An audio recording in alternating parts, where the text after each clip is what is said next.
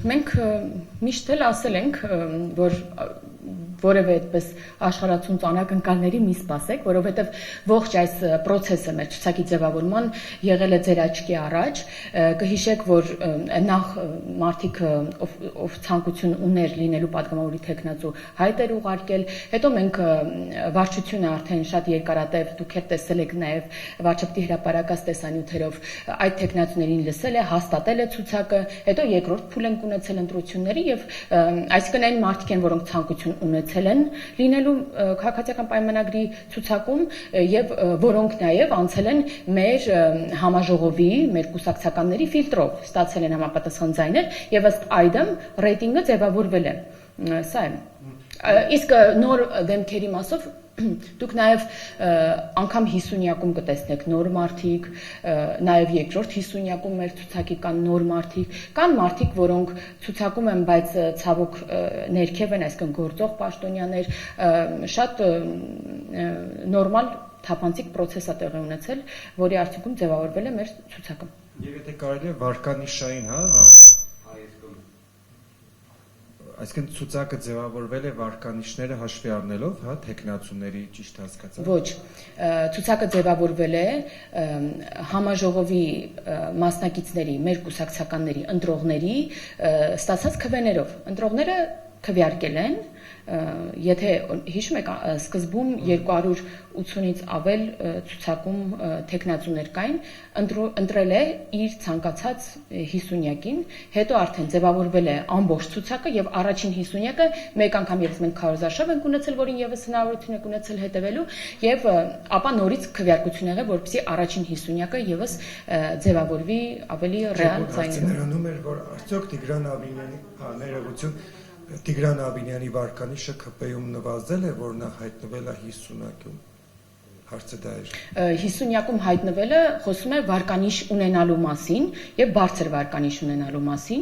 Առաջին 50-յակը ամենաշատ ձայներ հավաքած մարդիկ են։ Ես չեմ ուզում հիմա համեմատական անցկացնեմ, թե նախկին ցուցակում պարոն Աբինյանը որ երրորդն էր, այս ցուցակում որերորդն է, որտեղ նախորդ անգամ չի եղել այս վարկանիշավորումը կուսակցականների կողմից, այլ վարչությունն է որոշում կայացրել։ Այս անգամ այլ կերպ է տեղի ունեցել ձևավորումը, դրա համար համադրելի դեպքեր չեն, էլի, որ ասենք այ նախորդ անգամ համաժողովը գտել էր, որ X տեխնացուն օրինակ երրորդն է, այս անգամ 50-երորդն է նվազել է, տարբեր կերպ է տեղի ունեցել ձևավորումը։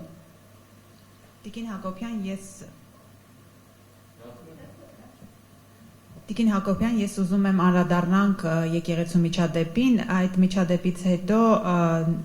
երիտասարդի մայրը դիմել էր կրթության, գիտության, մշակույթի, սպորտի նախարարին, որպես երաշխավոր կանգնի, որպեսզի կալանքի որոշումը փոփոխվի։ Ես ուզում եմ ձեզ հարցնել, դուք որպես պատգամավոր, արդյոք եւ որպես մայր, արդյոք չեք կարծում, որ կարելի է այո երաշխավոր կանգնել, կալանքի որոշումը փոխվի եւ օրինակ դուք հնարավոր է նման առաջարկով հանդես գաք։ Ես որպես կին, որպես մայր, որպես պատգամավոր շատ ցավում եմ միջադեպի համար, բայց պետք է հաշվի առնենք, որ տեղի ունեցել միջադեպ չափահաս մարդու մասնակցությամբ, որին իրավական գնահատական է տրվել։ Այստեղ քաղաքական խոսակցություն չկա։ Մենք մեր քաղաքական թիմով այս հարցը չենք քննարկել անգամ, որովհետև քաղաքական գործիչները կապ չունեն միջադեպի հետ այնքանով, որ որոշում ընդունեն դրա հետ կապված այս առումով։ Բայց մյուս կողմից, օրինակ նույն քաղաքական գործիչները կարծում եմ այլ հանձնառություն պետք է ունենան։ Պետք է հասկանանք, որ այն ատելության մթնոլորտը, որը տևական ժամանակ գեներացվել է հանրապետությունում, ինչի արդյունքում 18-ամյա երիտասարդը նման ագրեսիվ վարքագիծ է դրսևորել եւ հարձակման փորձ է տեղի ունեցել երկրի վարչապետի հանդեպ, այս ամեն ինչը արդյունքն է այդ գեներացված ատելության մթնոլորտի։ Եվ այո, քաղաքական գործիչները այս առումով լիքը անելիք ունեն։ Մենք հենց այս մթնոլորտը հաշվի առնելով էլ նախորդ տարի ընդունեցինք մեր էթիկայի կանոնագիրքը եւ նաեւ կոչ արեցինք մնացած քաղաքական կուսակցություններին եւս գնալ այդ ճանապարհով, բայց ինչպես տեսակ մենք միակն էինք, որ այդ քայլն արեցինք, մեզ սահմանափակեցինք եւ այս ամեն ինչում պետք է դոշ ծեծելուց առաջ մեղավորությունը իրենց զգան, նույն ընդդիմադիր քաղաքական գործիչները, որովհետև նրանք են ստիպել, որ 18-ամյա երիտասարդը ատի եւ ցանկություն ունենա հարձակվել երկրի ղեկավարի վրա։ Ինչու ոչ նաեւ որոշ ընդդիմադիր լրատվամիջոցներ, որոնք մեծ հաճույքով գեներացրել են այդ ատելությունը։ Կարծում եմ բոլորը այստեղ իրենց մեղքի բաժինն ունեն, բայց տեղի է ունեցել արարք, որը իրավական գնահատական է ստացել եւ մենք որևէ միջամտություն չունենք, անգամ վարչապետին էլ չի ասում էին կարող եք ներել, ոչ մեկ չի մեղադրել որ ների, տեղ է ունեցել միջադեպ, որի իրավական գնահատական է տրվել։ Տիկին Հակոբյան, դուք իշխանությանը դուրս դրեցիք, իշխանությունը ատելությունը գեներացնելու այդ ճանապարհին առաջամարտիկ չի։ Մենք մեր հանձնառությունը նաեւ այդ ատելության մթնոլորտի մեղմացման վերցրել ենք, դրա համար գնացել ենք առաջին քայլի, մեզ սահմանափակել ենք։ Մի կողմը չի կարող ոչ մի դեպքում միայն մի կողմը մեղավորություն ունենալ։ Պարզ է, որ քաղաքական բանավեճ է եւ փոխադարձ մեղադրանքներ եւ այլն եւ այլն։ Բայց մենք 1 տարի առաջ գնացել ենք այդ հանձնառությունը վերցրել ենք, ինչը մյուս կողմի դեպքում որևէ արձագանք չի ստացել։ Սա ես մեզ դուրս չդրեցի։ Ես ասացի, մենք դա հասկանալով մեզ սահմանափակել ենք, բայց մյուս կողմը շարունակել է նույն վարքագիծը, նույն ամենավերջին մեղադրանքներով եւ հայոյախոսություն ինչու ոչ, վիրավորանքներ, եւ երբ որ իրավական ճանապարհով ես գնում, սկսվում են մեղադրանքները, որովհետեւ երևի հասարակությունը կամ նույն ընդդիմադիրները սովոր են, որ այլ կերպ հարցերը լուծվի։ Թաղային հեղինակություններ, մարդիկ, չգիտեմ, շենքերի հետևում այդ հարցերը լուծվեն, ռեստորանների զուգարաններում հարցերը լուծվեն։ Երևի դրան են սովոր։ Պետք է իրավապահ համակարգը, ուժային համակարգը ոչինչ չանի, որևէ գնահատական չտա։ Մենք դեմ ենք դրան, որովհետև կարծում ենք նաև 2018 թվականին այդ գործելավոճը մերժել է ողջ հասարակությունը, եւ մենք այլևս հնարավորություն չունենք եւ ցանկություն չունենք հետ գլորվելու մինչ հեղափոխական Հայաստան։ Տիկին Հակոբյան, ես ուզում եմ կրկին անդրադառնանք ձեր ցուցակի ձևավորմանը։ Հիմա որ նայում եք, այսինքն որ նայենք ցուցակին, ինչպես հասկանանք, ինչ ստանդարտներով են ի վերջո առաջնորդվել ձեր կուսակից ընկերները քվեարկությունը կատարելիս։ Օրինակ, եթե դուք փորձեք ձևակերպել այդ ստանդարտները, ապա ըստ ձեզ ինչն են հաշվի առել, ընտրելով տարբեր տեխնացուների այս կամ այն հորիզոնականում լինելու հանգամանքը։ Գիտեք, շուրջ 1000 պատվիրակ յուրաքանչյուրը իր ստանդարտներն ու պատկերացումներն է ունեցել։ Մեծ հաշվով դա գնահատական է նախորդիվ շրջանում գործիչների գործունեությանը։ Եվ դուք միայն հանրային գործունեություն մի պատկերացրեք, նաև կուսակցական գործունեություն կա, մենք նախաձեռնող նիստեր ունենք, ունեն մենք պարբերաբար եւ մեր տարածքային կառույցներում, եւ կենտրոնական գրասենյակներում, եւ շատ մեր գործընկերներ հնարավորություն են ունեցել նաև այդպես իրենց դրսևորել։ Տիմերում գործունեություն ծավալողներ եւ այլն եւ այլն։ Եվ յուրաքանչյուր պատվիրակ գնահատել է յուրաքանչյուր տեխնատուի նախորդիվ գործունեությունը, կարծում եմ։ Եթե առանձին վերցնենք, ես օրինակ գնահատել եմ իմ գործընկերների եւ նախորդիվ գործունեությունը, եւ օգտակարությունը, եւ բարեվարկությունը, եւ կրթությունը, ամեն ինչ։ Եվ յուրաքանչյուրը իր ստանդարտներն է ունեցել։ Տիկին Հակոբյան, մի հատված նախընտրական ծրագրից կուսակցության, այդտեղ նշում է Հայաստանյան առաքելական Սուրբ եկեղեցու փաստացի պետի հեռացում։ Դա ըստ էության սա բացառիկ է, առաջին կուսակցությունն է, որ նախընտրական ծրագրում այսպիսի դրույթ է ներառում, կարելի է ասել, նախ մինչ այս քայլերը, արդյոք հանրության կողմից այդ հակազդեցությունը վերաբերմունքը ցույց չի տալիս, որ պետք է այս առումով գոնե կանգ առնել ու որպես հետագայում այդպես հաջողություններ չեք ունենալու ու ինչպես է դա պատկերացնում, ասենք ընտրություններից առաջ,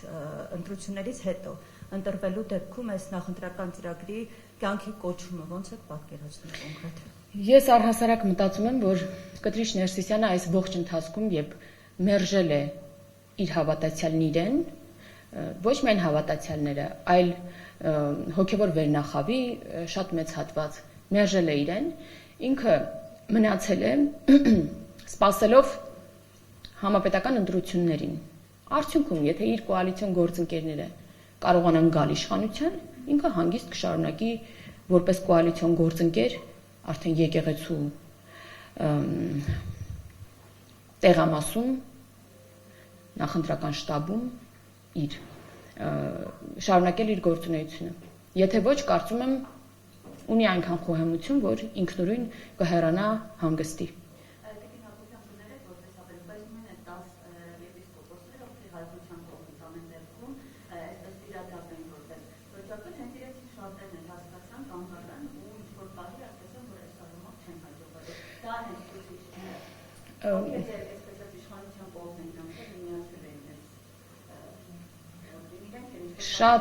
Շատ հոգևորականներ միանում են եկեղեցու նորոգման օրակարգին։ Շատերը ինչ պատճառներով, պետք է հասկանալ դեռ ինչ պատճառներով, հետ քայլ են անում, եւ եթե հաշվի ենք առնում հանրային ասված այն դեպքերը, եւ նույն Կտրիշ Ներսիսյանը ստիպում էր իր հոգևորականներին, օրինակ պատերազմում զոհված հերոսի մուրը բերել միտինգների, վարչապետի դեմ ցույցերի, կարելի է հասկանալ, թե ինչ է կատարվել, որ այո, որոշ հոգևորականներ հետ քայլ են արել։ Չէ՞ որ նա էլ հոգևոր դաշտում ունի իշխանություն եւ նախադեպերը ցույց են տալիս, որ լծակները իր ամբողջությամբ կիրառում է, վատ առումով է կիրառում, ոչ թե լավ առումով, եւ կարծում եմ ես նրան չեմ ուզում հիմա գնահատական տալ, եւ առաջիկայում արդեն, երբ որ այդ օրակարգը ավելի տեմպը կարագանա, եւ վստահ եմ, որ ընտրությունից հետո հատկապես Կտրիշ Ներսյանը ինքը կտեսնի, որ անիմաստ էր, որ այսքան էլ սպասեց, ինքնուրույն կհեռանա։ Եվ այ հետո նոր դուք կտեսնեք, կլսեք նրա մասին այն ինչ որ մեզ լեգենդ է թվում, ինչքան իրական է։ Այնպես ինչպես հեղափոխությունից հետո նույն նախկին իշխանության տարբեր ներկայացուցիչներ էին տարբեր բաներ պատմում։ Մենք կապ չունենք որևէ նշանակման հետ, հոգևորականները իրենք պետք է գան որոշման եւ ընտրեն տեղապահ։ Մենք ինչ կապ ունենք դրա հետ։ Տիկին Հակոբյան, ես հարց ունեմ կապված օրերս Մոսկվայում տեղի ունեցած Նիկոլ Փաշինյան Վլադիմիր Պուտին հանդիպման ընթացքում բարձրացված մի հարցի հետ կապված, վստահ եմ տեղյակ եք, որ այդ հանդիպման ժամանակ Ռուսաստանի Դաշնության նախագահը խոսեց առաջիկա խորհրդարանական ընտրությունների մասին եւ մասնավորապես անդրադարձավ ռուսամետ քաղաքական ուժերին ընտրապայքարին մասնակցելու հնարավորություն տալուն։ Տիկին Հակոբյան, ձեր դիտարկմամբ Ռուսաստանի Դաշնության նախագահի այս հայտարարությունը արդյոք չի նշանակում սատարում կոնկրետ քաղաքական գիծ դավանող քաղաքական ուժերին եւ արդյոք սա միջամտություն չէ սուվերեն պետության ներքին գործերին։ Շնորհակալություն։ Այնինչ ժամանակին ենթադրվում էր, Ռուսաստանի Դաշնության նախագահը պարզ ազատ խոսեց եւ հիշում եք բառացի ասած, որ ռուսամետ ուժեր կան, իդեպ մեկը չէ ուժեր, որոշներն անգամ ազատության մեջ չեն, ռուսական անձնագրով են, նրանք եւս կարողանան մասնակցել։ Սա կամ Հայաստանի օրենսդրության չիմացություն է, ինչը նորմալ է, մենք էլ ամեն ինչ չգիտենք Ռուսաստանի Դաշնության կարգերի մասին, բայց պարզաբանումից հետո արդեն կհետևենք նաև Ռուսաստանի Դաշնության մեր գործընկերների վարքագծին, բայց այն, որ այդ ուժերը իրենց ամեն կերպ այս ողջ ընթացքում փորձել են զատել Ռուսաստանի Դաշնության սատելիտ լինելու հանգամանքից, այն, որ փորձել են սլակները տարբեր, օրինակ իրենք էլ են դիվերսիֆիկացիայի մասին խոսել, այո, երաշխավոր Ռուսաստանի հետ այլ երկիր են տեսել, փորձել են իրենց կտրել այդ ռուսամետ լինելու այդ անվանումից,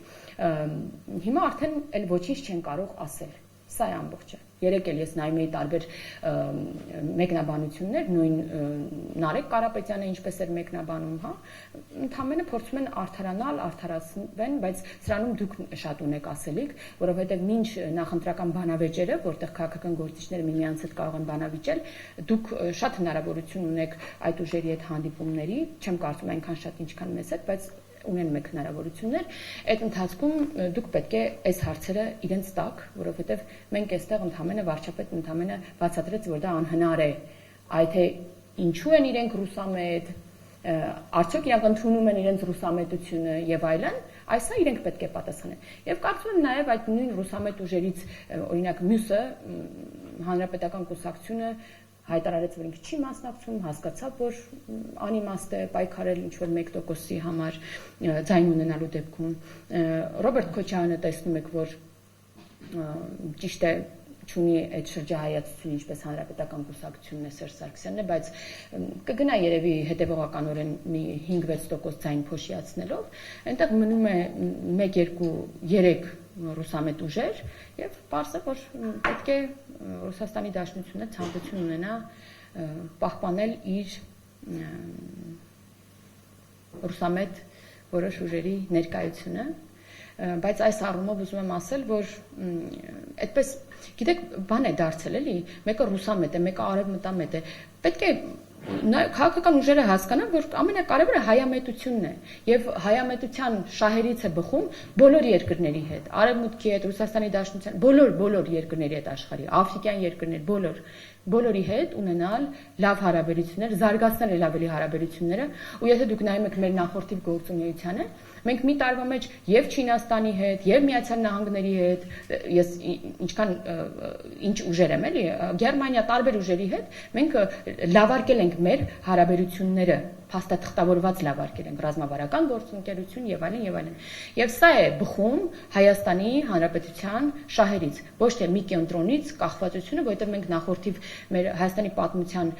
ընթացքում տեսել ենք եւ համոզվել ենք, որ մի կենտրոնից կախվածությունը մեզ աղետների է բերում։ Ինչ վերաբերում է Ռուսաստանի Դաշնության նախագահի Հայաստանի ներքին գործերին միջամտությանը, Դե այս առումով ես պատասխանեցի, որ միգուցե Ռուսաստանի Դաշնության նախագահը տեղյակ չի եղել մեր օրենքներից եւ հաջորդիվ մենք վարքից կկարողանանք այդ գնահատականը տալ։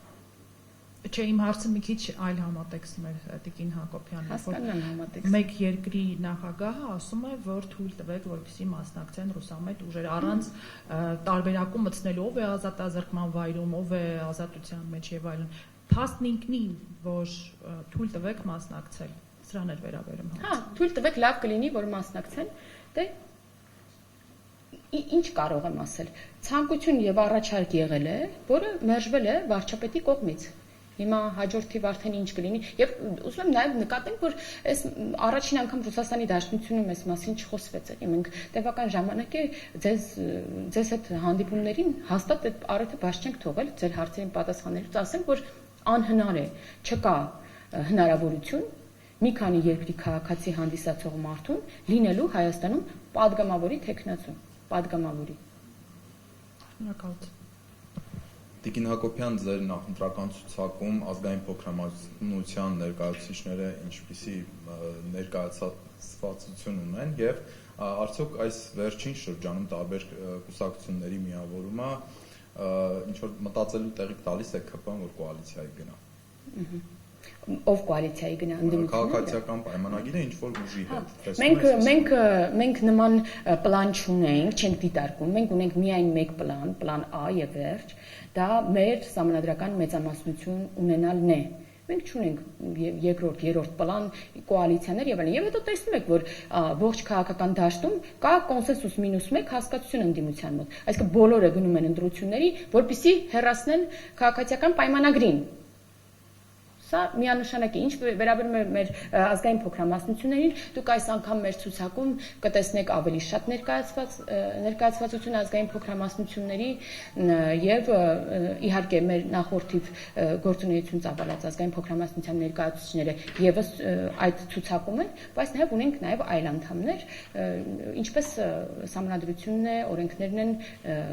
նախատեսում այդ կարգով առաջ ենք ընթացել։ Տիկին Հակոբյան, կրկին ցուցակների հետ կապված, հա, խնդրում եմ նշել ցուցակները կազմելիս ստանդարտների մասով դուք նշեցիք, որ հաշվի առնվել ոչ միայն նրանց հանրային գործունեությունը, այլ նաև կուսակցական գործունեությունը, նաև նրանց պաշտոնական գործունեությունը։ Խնդրում եմ կասեք, եղել են օրինակ գոլեգաներ, տեխնացուներ, որոնց ներառումը ցուցակում այսպես ի սկզբանե կտրականապես ոչի տակ է, հա, այսպես ասած եղել, այսինքն ի սկզբանե որոշվել է, որ չէ, ենթադրենք X անձը չի կարող այլևս ներառվել ցուցակում։ Մենք ամենասկզբում ունեցել ենք շատ ավելի շատ տեխնացուներ, որոնք ցանկացել են լինել падգամավորի տեխնացու, բայց արդյունքում հաստատվել է ավելի քիչ մարդկանց տեխնացությունը։ Բնականաբար վարչությունը, ով պատասխանատու է գրանցման համար տեխնացուների, իրավասություն ունեցել է որոշ գործընկերների գրանցումը մերժելու, այո, եւ բնականաբար եղել են նման գործընկերներ տարբեր պատճառներով եւ ես չեմ ուզում հիմա հետ գնալ թե որ գործընկերոջը ինչ պատճառով, բայց դա եղել է նաեւ կոնսենսուսային որոշում, ցանկացած տեխնացուի դեպքում եղել է քննարկում, հասպատասխան ելույթից հետո քննարկում եւ քվեարկություն եւ ձայների մեծամասնությամբ տեխնացուն կամ գրանցվել է կամ ոչ։ Իսկ անուններ կարող եք հնչեցնել, որոնք որ մերժվել են։ Այդ ամեն ինչ այնքան թափանցիկ է եղել, եթե դուք տեսանյութերում նայեք, տեսնեք այդ մարդուն եւ իր անունը չկա ցուցակում, սա ենթադրում է, որ այդ մարդը չի գրանցվել։ Շատ կան եւ գործող պաշտոնյաներ կան եւ անհայտ մարդիկ կային, ոչ կուսակցական տարբեր եւ պատճառները տարբեր են եղել։ Օրինակ կարող է լինել պատճառ, որ մենք ավելի շատ օրինակ այդ գործընկերոջը պատկերացնում ենք գործադիրում, օրինակ։ Եղել են տեխնացուներ, որոնք ունեցել են սահմանադրական անհամապատասխանություն, օրինակ երբ քաղաքացի են եղել, ինչպես Սամվել Կարապետյանը, հա։ Նման դեպքեր են եղել եւ նրանց տեխնացությունը պարզապես չի գրանցվել։ Նստակեցության ցենզի հետ կապված խնդիրներ են եղել, մարդիկ ինչպես սահմանադրությունն է, հա, նախատեսում նստակեցության ցենզին չեն համապատասխանել, այլ երկրում են ապրելուց եղել եւ այլն, ինչպես Սամվել Կարապետյանը։